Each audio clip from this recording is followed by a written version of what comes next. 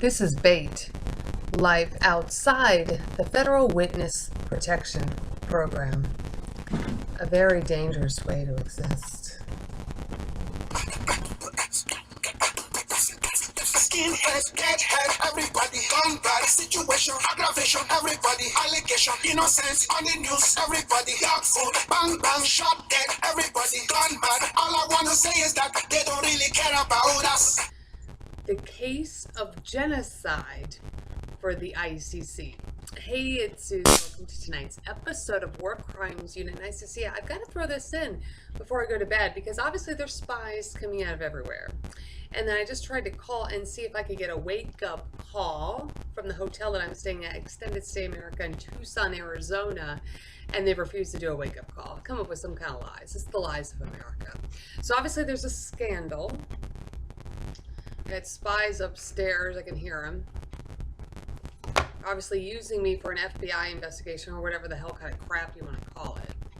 But now, here's the thing. I went to the U.S. Marshals Service right when I hit Arizona in 2010, right away. And then, nothing ever changed, right? Kept getting retaliated against, lived in domestic violence shelters, nothing ever changed, right? Went to Congress, nothing ever changed. I even went to Senator John Kyle's office in Phoenix, asked him if he could, help me find my family. He kept saying, oh yeah, I'll help you find your family. Yeah, no, never did, never heard back from him, right? So eventually I'd filed a case in federal court in Phoenix, Arizona. So I went into the federal building and filed it.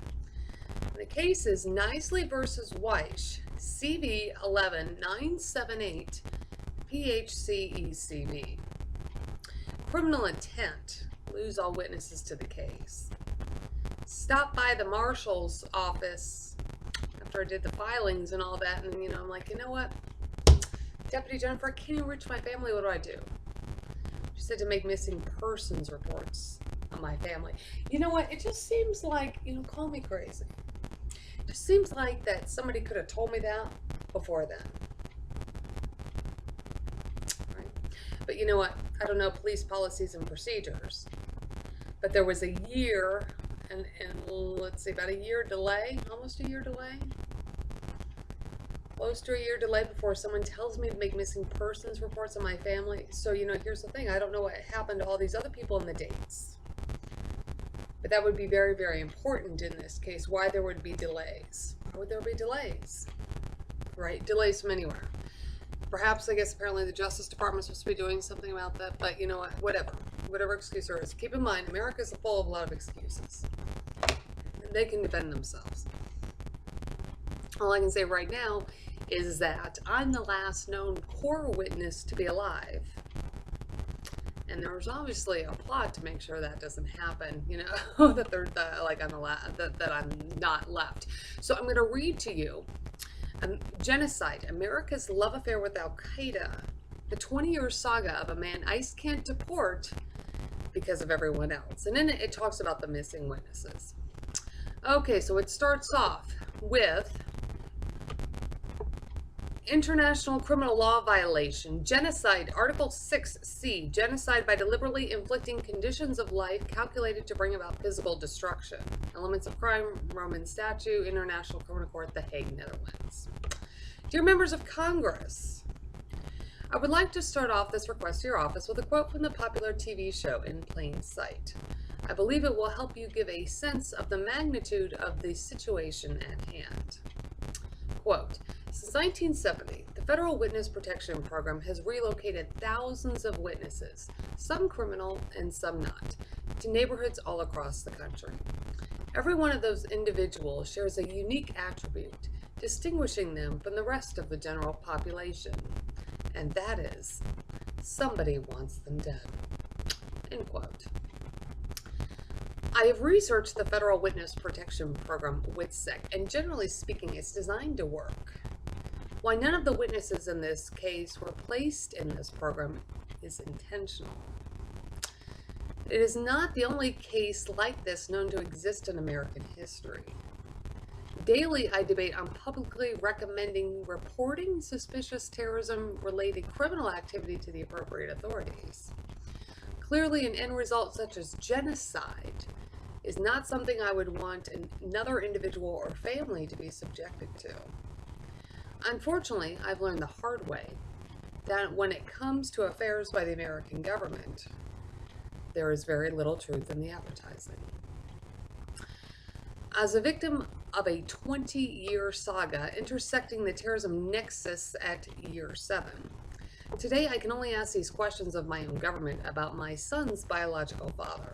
Quote, "What are you guys doing? Let a criminally convicted illegal alien from Texas, now better known today to be a sleeper cell terrorist, enter the famous strip club Cheetahs in Las Vegas, Nevada, just months before the terrorist attacks of 9/11, and allow him to solicit lap dances from American women and pass out business cards that represent him as a mortgage loan officer with a reputable firm called Summerlin Mortgage Company."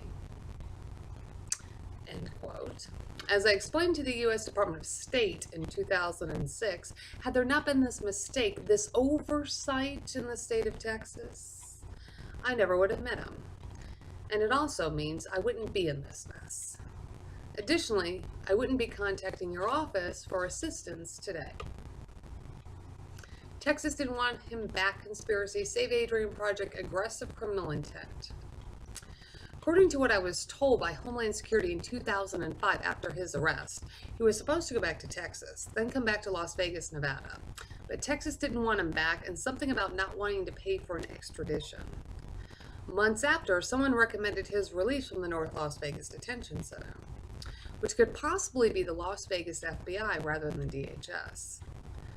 Somehow that left him reporting into ICE in Southern California and going after children. As one of my son's attorney referenced, he was also trying to evade deportation. So my son's termination parental rights case. Anyway, compounding an already complex criminal issue, it appears that someone or some groups of people didn't want anyone else to know about it. The result today is a number of people are missing, and it appears to be an attack on a civilian population not actively involved in the hostilities of terrorism. My requests are simple. Concerning my son's father, ICE criminal alien A98698453. Number 1.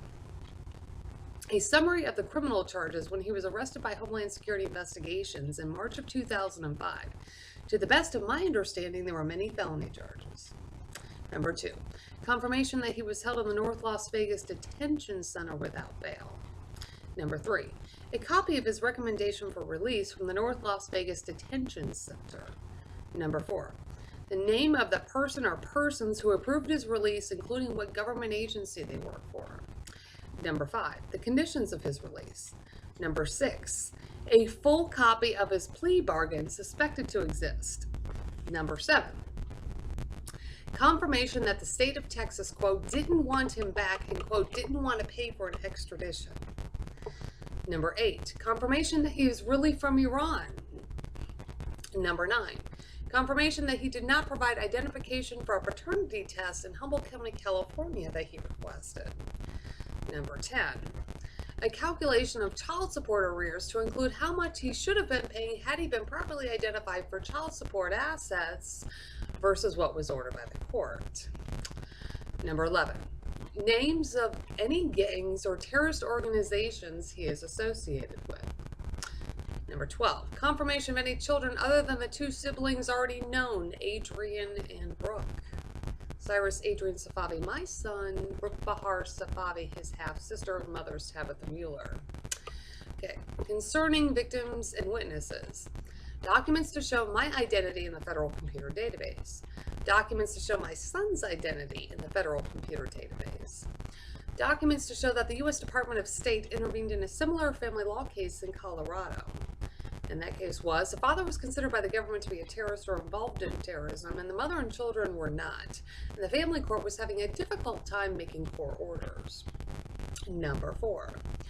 A status and circumstantial event report of each case concerning my family and the other victim witnesses, understanding that there is a good deal of sensitive law enforcement information.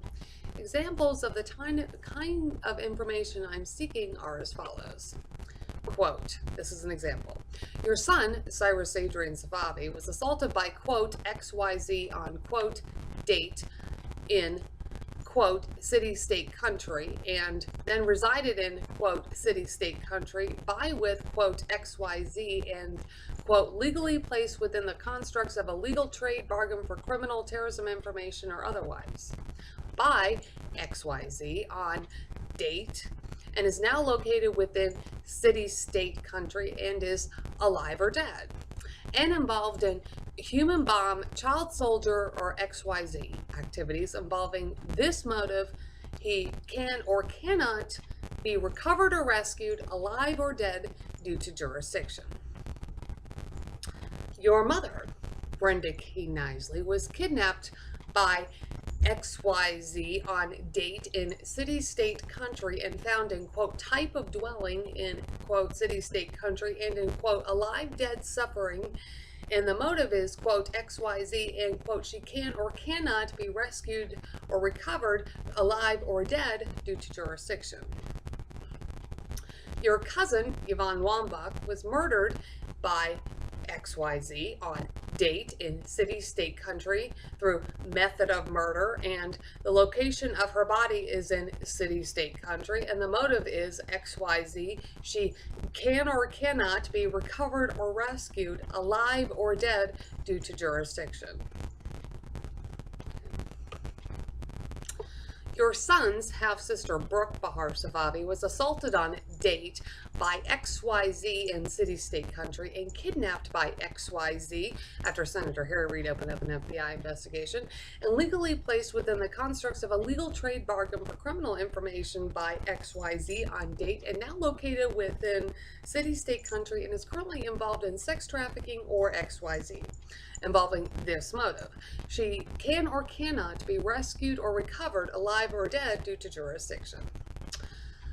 Next, person kidnapped by XYZ and found within a zone of armed conflict overseas in XYZ in city, state, country, person not yet located, person found dead in XYZ location, person found alive in XYZ location but not able to rescue due to jurisdiction.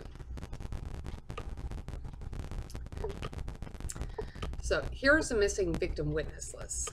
Family member, Cyrus Adrian Safavi, date of birth, March 9th, 2004, age 10 at this time.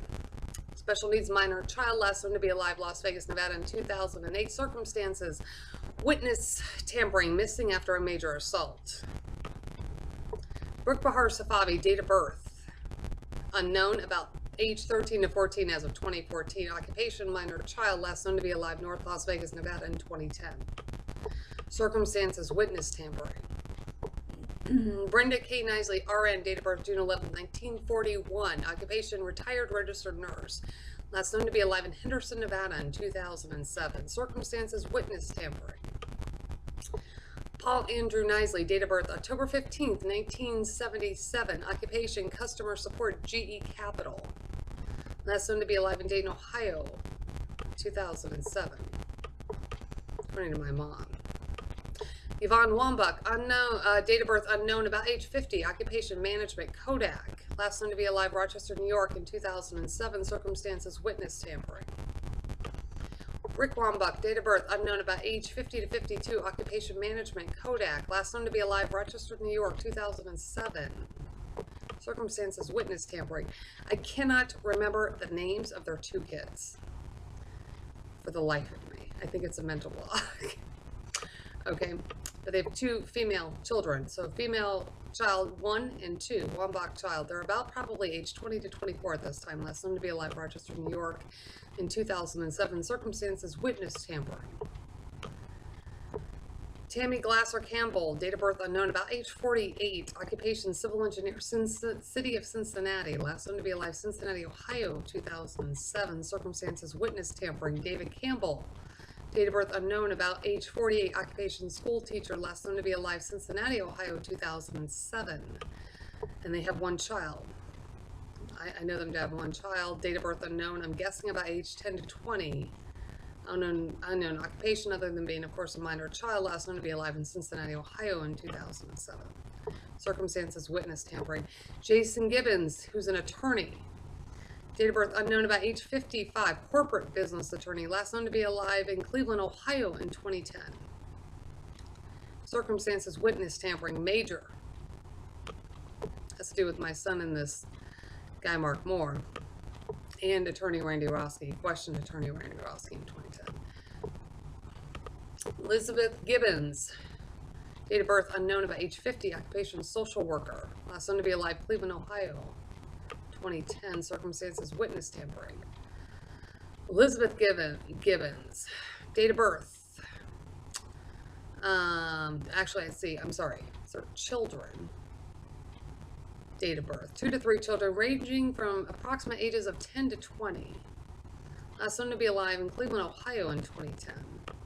Her husband, I believe, is named John. Date of birth unknown, about age 50. I can't remember what he does for a living. I want to say he's a school teacher too. Last known to be alive, Cleveland, Ohio in 2010. Neil Gibbons. Date of birth unknown, about age 73. Occupation, he's retired from the Cleveland airport. He was worked for the Cleveland airport. I think he was an airline employee too. Last known to be alive, Cleveland, Ohio, 2010. Circumstances, witness tampering. Heather Gibbons, date of birth unknown, about age 38. Last known to be alive, Cleveland, Ohio, 2010. Circumstances, witness tampering. And her husband, about the same, age 38. Can't remember what he did for a living. Last known to be alive, Cleveland, Ohio, 2010. And then they have a couple children. I'm not sure exactly how many, and I'm not exactly sure how old they are. Last known to be alive, Cleveland, Ohio, 2010. And I say that because I never heard anything different. Even when I talked to Jason Gibbons, he would have told me something would have happened to all of them. He was ticked at attorney Randy Roski. Then I have some distant relatives in Toledo, Ohio. Really, really distant relatives. They're unknown, probably about ages 70 to 80.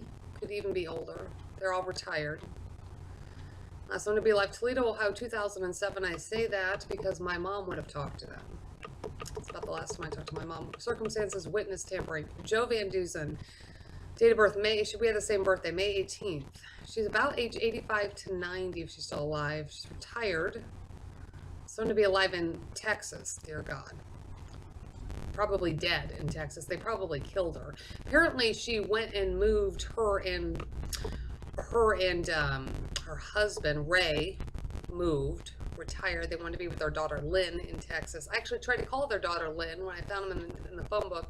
Never heard back from them. I'm sure they've killed them. Texas is highly, highly corrupt. I'm sure that they're dead. If they were alive prior to me entering Texas, then I'm sure they're all dead now, based on recent experiences. So circumstances, witness tampering. They would be furious. Joe would be absolutely furious. This whole situation, she knew about my son. Ray Van Dusen, date of birth unknown, about age 85 to 90, occupation retired. Last known to be alive in Texas, 2007. Circumstances, witness tampering. Lynn Van Dusen is their daughter. Occupation unknown, about age 60 to 70. Last known to be alive in Texas. My guess is they were probably lured into Texas to be killed. Lots of police report resistance in Texas on making any kind of missing persons reports on anybody. Okay. Randall J. Roski, date of birth unknown, about age 50 to 60, occupation attorney. He was the attorney that had me go to Senator Harry Reid. He also knows this whole case. He knows about this Mark Moore. What a disaster. Last known to be alive in Las Vegas, Nevada, 2013 was the last time I actually talked to him. The FAR Texas police were concerned that he might be on some kind of hit list. So circumstances, witness tampering. Whether it's alive or dead. Definitely witness tampering, but whether he's alive or not to tell the story, I don't know. Every time I try to call his office, Barbara, his secretary, claims that he'll call me back. I never hear from him, you know, and it wouldn't be the first secretary he had that was getting paid off, I think. Sheena or Helen was the other one. I don't know if she's alive either. Daniel, she's got a lot of my stuff after a whole scandal, so, you know, I don't know what to think about that. Other than that, I think she's up to no good. Daniel Becker, DDS. He's a dentist. Dental anesthesia. He was my pharmacology professor at Sinclair Community College. He would be an expert witness to this case, especially the situations with my son, because he would be able to discuss or testify to the fact of all of the medical problems from an expert point of view. And he also drank beer with Rusbeh Kameh at the New York hotel way back at the time before the government considered him to be a terrorist, you see. see, so that he would definitely be somebody that they would want to take out for a number of different reasons. He would be able to identify the Dr. Jekyll, Mr. Hyde scenario. Or no, I'm sorry. He would be able to identify Roosbay Kamei at one point as being a normal guy, but then be able to identify that there were problems, and especially problems with my son. So that's what I mean by it. So, okay. Date of birth unknown. Last known to be alive, Springboro, Ohio, 2008 is where he lived. The last time I saw him alive was in Las Vegas, Nevada in 2008, out for a conference. He was out there for the American Society of Dental Anesthesia conference that he spoke at every year. His occupation, dental anesthesiology, college professor by age 60 to 65, circumstances, witness tampering. Adrian Zendri Stein, date of birth unknown, about age 45 to 50, occupation registered nurse. I worked with her at Duke. Last known to be alive in Fairfax, Virginia in 2010. Circumstances, witness tampering. She's also listed as a point of contact if something happens to me on my letter to the State Department. Now, apparently she moved to Texas at one point. They hooked her up. It looks like they probably hooked her up with an old boyfriend named, I don't know, something, and got her corralled into Texas. And my guess is that they probably corralled her into Texas to kill her. Okay, so Adrian's mother of Adrian Zendri Stein, date of birth unknown, about age 60 to 70. She used to be married to somebody with a military background because she was receiving retirement benefits apparently from him. Occupation, retired registered nurse, last known to be alive, Fairfax, Virginia, 2007. Circumstances, witness tampering. Sister of Adrian Zendri Stein, I believe her name is Audrey, date of birth unknown, about age 30 to 40, occupation at this time unknown. Last known to be alive in Fairfax, Virginia in 2007, circumstances, witness tampering. Jennifer Cheerhart Simpson, date of birth, it's July something, July 5th, 6th, 7th, date unknown, about age 42, occupation homemaker, business owner. Last known to be alive in Mason, Ohio in 2014, circumstances, witness tampering. She was scared to death last time I talked to her. Status, guarded. Beth Cheerhart, maiden name Cheerhart, date of birth unknown, about age 45 to 50, occupation business owner. Apparently she had went to law school at one point too. Last known to be alive, Dayton, Ohio area in 2014. I want to say Springboro. Witness tampering. Brian Simpson, date of birth unknown, about age 45 to 50, occupation engineer, last known to be alive, Mason, Ohio in 2014. Ellen Harder, attorney Ellen Harder, one of my son's attorneys, date of birth unknown, about age 60 to 70. So last known to be alive in Las Vegas, Nevada in 2013. Here's the thing, the terrorist showed up at his law office at the same time we were working on a case, which was strange. Very, very strange. So, and then after he gets out of the North Las Vegas Detention Center too, Alan Harder had called Senior Special Agent Peter Lazaro and told him he was no longer handling the case. So he'd be a witness on that. Christina Anderson, date of birth unknown, about age 35 to 40, occupation real estate agent, last known to be alive, Henderson, Nevada, 2010, circumstances, witness tampering, major. She actually showed up to one of my son's family law hearings, and she actually bought my son a lot of stuff. And at one point, she had let this Mark Moore live with her, the guy that should be on the U.S. Marshals 15 most wanted list. Yeah, that guy, CIA guy. Tabitha Mueller, date of birth unknown, about age 45, occupation real estate agent, Century 21, last known to be alive, Las Vegas, Nevada, 2010, circumstances, witness tampering. Jimmy Degg, date of birth unknown, about age 50 to 60, occupation broker owner, Century 21, last known to be alive in Las Vegas, Nevada in 2010. Wendy DeVita Rosen, date of birth unknown, about age 50, occupation disabled after assaults, last known to be alive in Santa Monica, California in 2012, circumstances, witness tampering. Apparently she's used as an informant all the time. Apparently she is scared into being used as an informant, threatened to be used as an informant. She has been dragged apparently to other countries with these damn terrorists. Yeah, she's got a lot of stories to tell, if she's alive. But I have a feeling that they probably killed her by now. TJ, that'd be the kid's cousin, date of birth unknown. He's probably about age 12 Last known to be alive, San Francisco Bay Area, Santa Clara, San Jose, around 2002-03. Circumstances, witness tampering. Should have been a WITSEC. Children of Wendy DeVita Rosen. Occupation unknown. Dates for each unknown for each child. Last known to be alive in Texas and Iowa. Texas apparently dead as a baby in a scandal.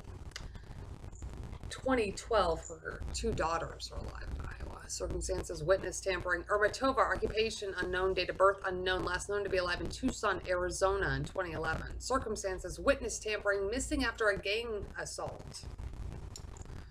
Son of Urmatova, occupation unknown, date of birth unknown, around probably age 14, last known to be alive, apparently in Mexico, hospital in Mexico in 2011. Circumstances, witness tampering, missing after a gang assault. Joan Gallegos, occupation attorney, date of birth unknown, probably around age 55. She's married to Paul Gallegos, that DA up there. One that wants to give the terrorists all kinds of hell. Last known to be alive in Eureka, California, 2010. Circumstances, witness tampering. Let's see. Do I Val and her on there twice? Okay, so parents of Tabitha Mueller, occupation retired, date of birth unknown, last known to be alive in Wisconsin, around 2001-2004. Circumstances, witness tampering.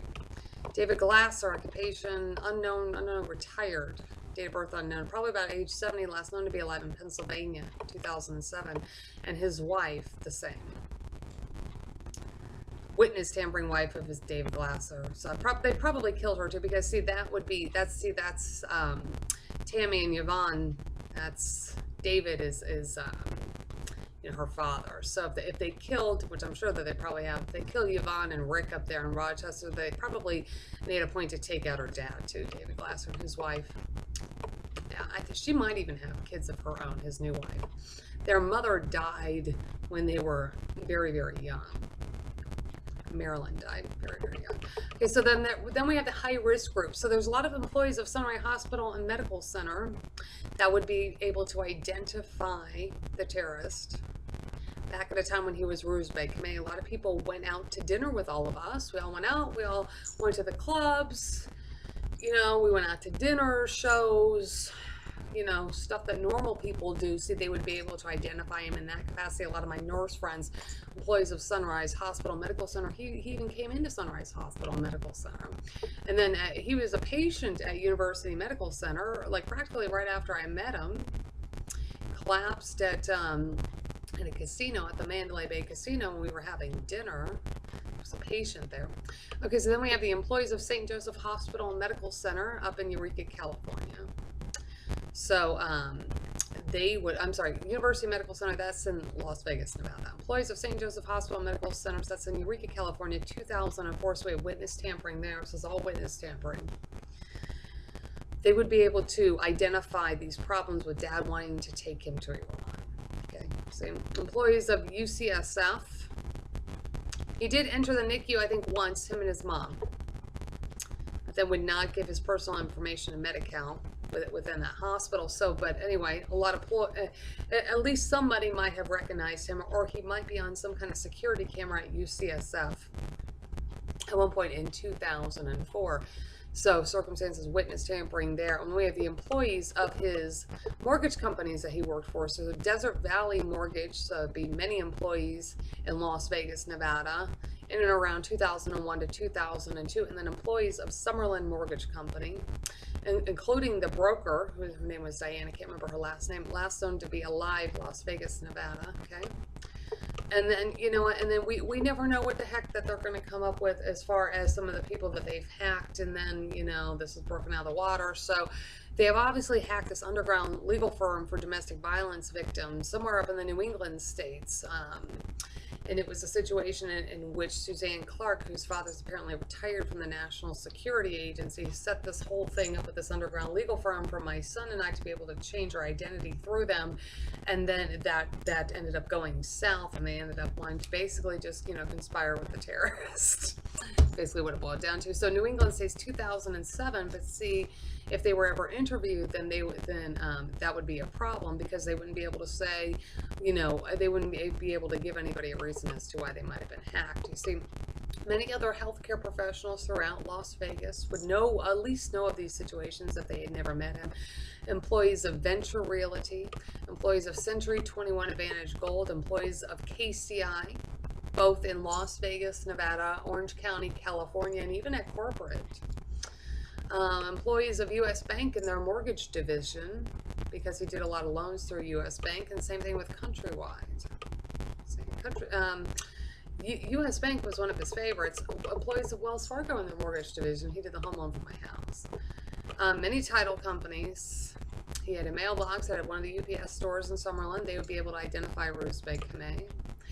They would be at the BMW store. They'd be able to identify Ruth Bay Kamei. The people who were the resident agents of Cyrus Inc., a Nevada corporation that he ran his mortgage company through.